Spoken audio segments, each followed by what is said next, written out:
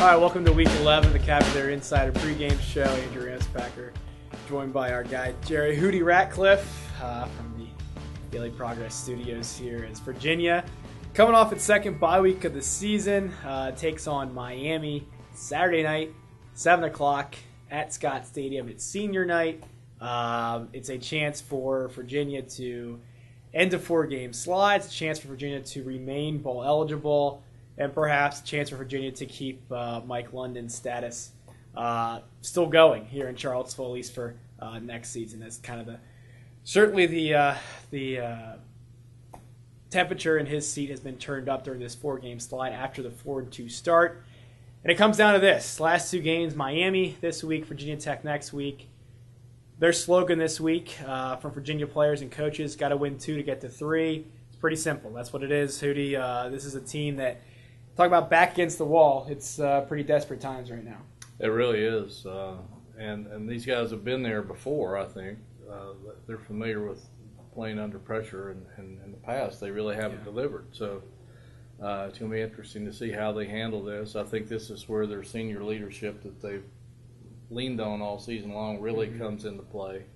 I know the coaches will remain positive, but it's time for the seniors to see if they can get these underclassmen to believe that they can win these last two games. Yeah, it's a good point, because I think you flip back to July at that ACC kickoff down in Greensboro, and you asked Mike London, you asked the players what's different about this team than years past, and they did mention the leadership and how these seniors are really taking command. You certainly saw it early on. I think there was a lot made about Henry Coley, this meeting that he called after the Louisville game, and said, guys, okay, we've started 2-1 before. Let's not finish how other years have finished. That lasted a couple weeks after that, but it hasn't to this point. So then I got 2 more chances to kind of right the ship here and get to a bowl. You look at this season, and certainly it's not over, but the glaring things that stick out for this team particularly, number one, I think it has improved from last year. Yes. But secondly, the little things are still hurting them. For example, losing close games, losing games involved. And really, of the 6 losses, they've only been blown out once. That was at Georgia Tech. And is this still a team that's still trying to figure out to win? And that maybe that's because of the losing culture that's been built up in the past? I think that's part of the issue. I really do. George Welsh used to talk about how you have to learn how to win. Mm-hmm. And it took a while for his teams to get that. Not as long as these, obviously, but I think they made some strides in that early, and I think they were learning how to win. I don't know what happened. I think the biggest thing that's betrayed them is just mistakes. I think some people have figured out their strengths and weaknesses and how to attack them and how to take their strengths away. And I think on top of that, as Coley has said week after week, we keep shooting ourselves in the foot. Grayson Lambert's interceptions have been come at the worst times, and they've made just some penalties that have hurt them, and some other decisions, and even the coaching staff, I think, has made some not so great decisions at times. But I think the biggest thing that really has killed them is the interceptions, and I think if they can eliminate those, they've got a chance to play with anybody. Yeah, you look back, game against North Carolina, it's really the one that I think, should this season not extend to a bowl, should Mike London not return, I think people are going to look at that North Carolina game as kind of that tipping point. And a Grayson Lambert interception as almost the play that changed it all. It was a 27-21 game in the fourth quarter. Virginia's in Carolina territory. Grayson Lambert drops back for a screen to Kevin Parks. I think all 40,000 plus in the stadium saw that it was kind of sniffed out there by that Carolina defensive lineman. Lambert still threw it. He admitted afterward he should have just thrown it in the dirt, threw it away, got rid of it. Easy pick. Guy returns at 20 yards. Carolina scored the onside kick, yada, yada, yada. And now here we are, Virginia sitting at 4-6, and hasn't been able to recover since that. On the road in the loss to Georgia Tech.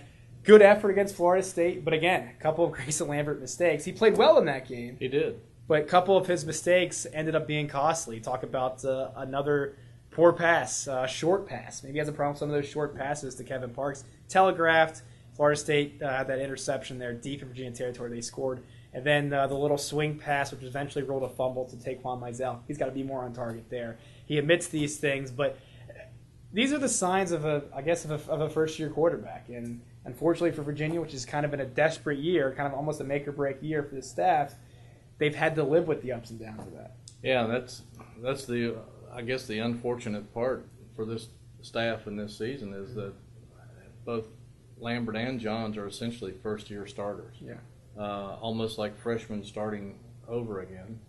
And those kind of guys are going to make mistakes, and usually at the most inopportune times. And the quarterback position, as much as anything, is a maturation process, and you've got to go through it. There's no shortcuts unless you just have a superstar on your hand who really gets it. And it's tough because if in all the years that they really needed an experienced starter, this would be the one, and it's really kind of blown up in their faces. So I think a big reason why for Mike London's 22-37 record through 4+ seasons is the failure at that position. Why he's kind of in this spot this year, has never really found. And part of that's his own fault with Phil Simms and certainly. Phil Simms and CBS. So yeah, I mean we could talk about that forever, but Virginia quarterback issues. But they're going with Grayson Lambert. He'll start on Saturday against Miami. They got a freshman quarterback. They're also coming off of a pretty gut-wrenching loss to Florida State. So we'll break down that matchup after this.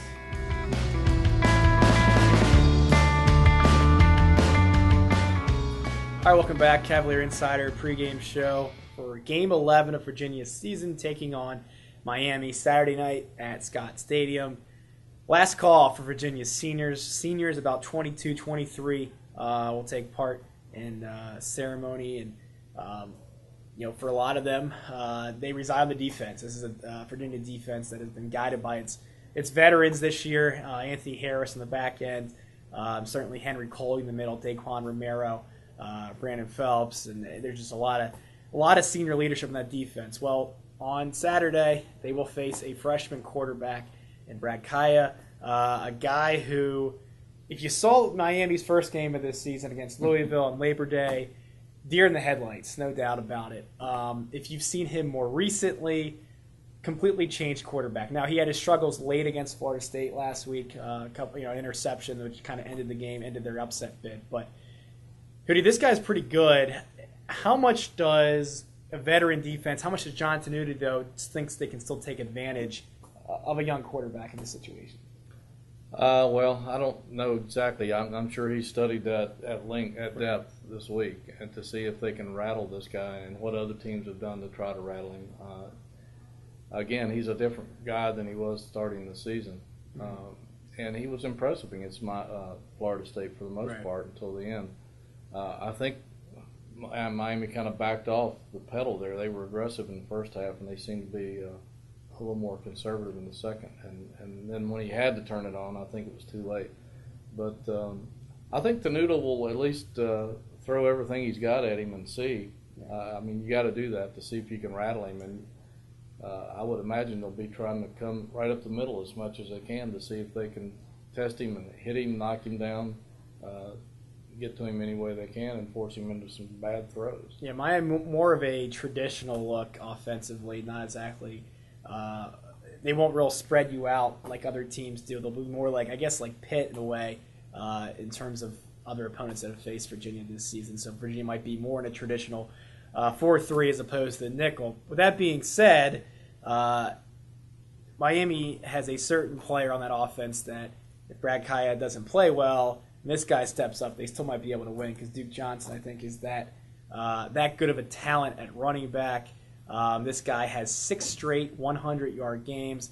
If it weren't for James Conner from Pitt being in the young league, I think he'd be runaway Offensive Player of the Year at this point in the league. But certainly there's some competition there. Obviously, Jameis Winston got to throw him in there, and Rashad Green from Florida State. But this guy is as good as anybody in the country. Mike London this week has said he might be one of the best running backs in the nation. So on the flip side, Virginia's running defense has been really good this year. They've given up one 100-yard rusher. That was St. John Days against Georgia Tech. And that's Georgia Tech team that has a 100-yard rusher against everybody, so you kind of throw that one out the window. But how would you kind of analyze, that matchup? I mean, this is a dynamic running back against a pretty stout run defense. I think Johnson's going to have it rough. I really do. Al Golden said on the teleconference today that the game film of the Florida State game really got his attention and his coaching staff's attention, and he feels Virginia's front seven is as good as anybody they've seen, and that's a pretty good compliment because they've played some pretty decent teams. I think the one thing that Miami has for him and Duke Johnson, if Virginia is shutting down the run, Duke Johnson is the kind of guy you can throw screens and little swing passes to try to loosen up the defense, and I think that they'll probably use him a lot on that to try to soften what's coming. And I did notice that Al Golden did not mention that Virginia's secondary was that great. Right. So again, I think they'll probably try to exploit Virginia's corners, and that's definitely the weakest part of the defense. And so I think that's where we'll go. But I think Virginia will do a good job against Duke Johnson in terms of running between the tackles. Yeah, I mean, Duke Johnson's a guy who 2 years ago, Virginia fans remember coming in here as a freshman, ran for 150 yards, had a kick return for a touchdown. He also threw a touchdown, so he can hurt you in a lot of ways. But still, you mentioned Virginia's weak secondary. They have a guy, Philip Dorsett, not bad as a receiver, can give a threat there. Also, tight end, Clive Walford, one of the best in the league. He's a Mackey Award candidate. I think he's down to a semifinalist now. He's pretty good. I will say that Virginia did a good job against Nick O'Leary in Florida State, who's at that level of tight end. So maybe they'll eliminate that matchup. So it might just come down to that secondary, but we'll see. But can Virginia pull it off? Obviously, Miami coming off of certainly a huge letdown with that loss to Florida State. We're winning in the first half, but who hasn't been beating Florida State in the first half this season? And naturally, the Seminoles come back to win. So we'll see if the letdown, the hangover continues in Scott Stadium Saturday night. We'll give our predictions after this.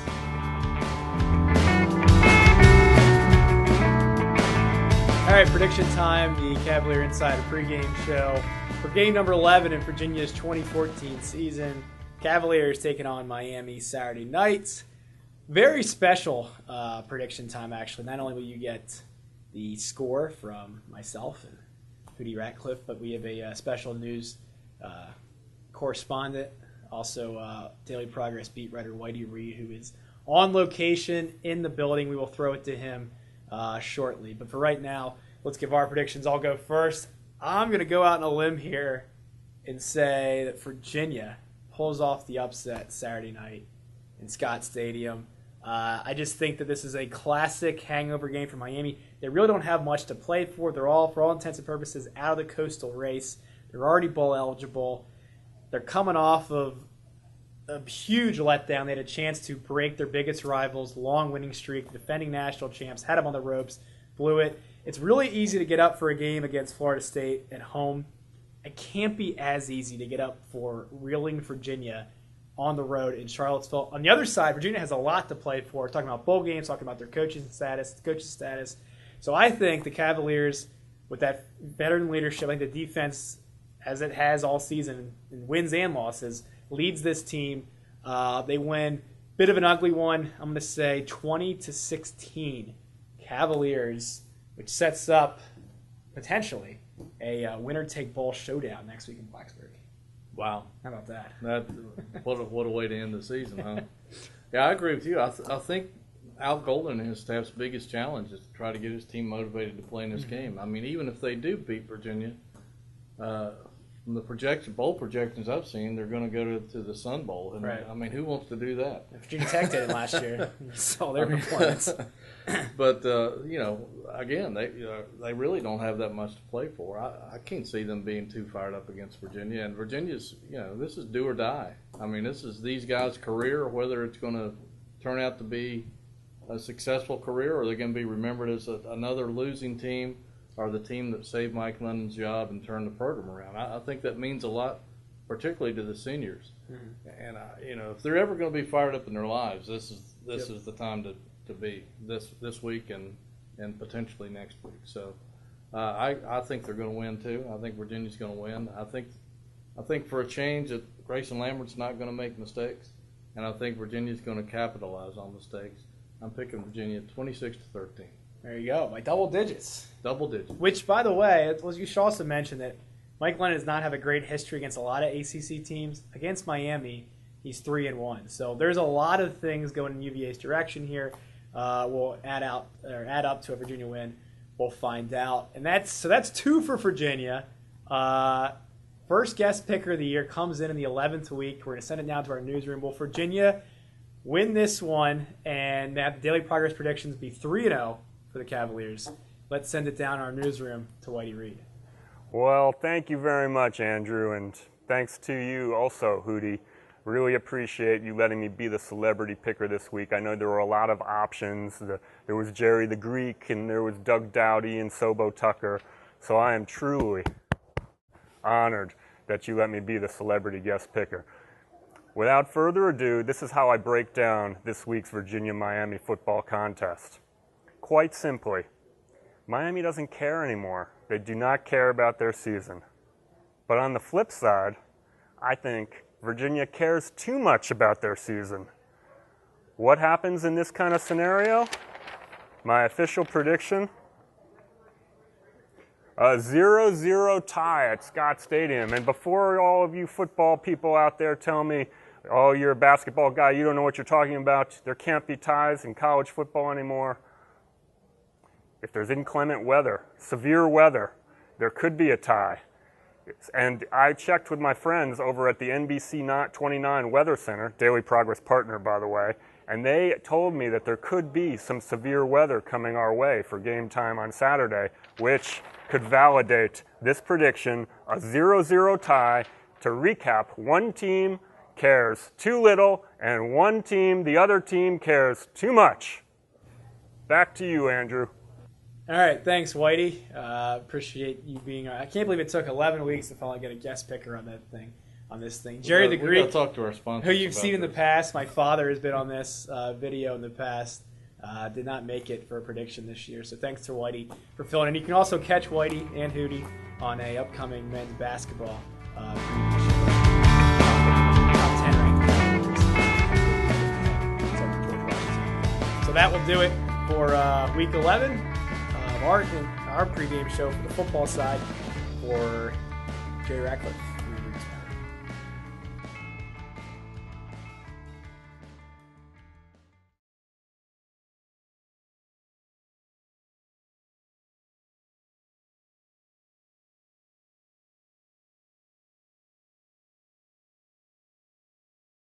Oh,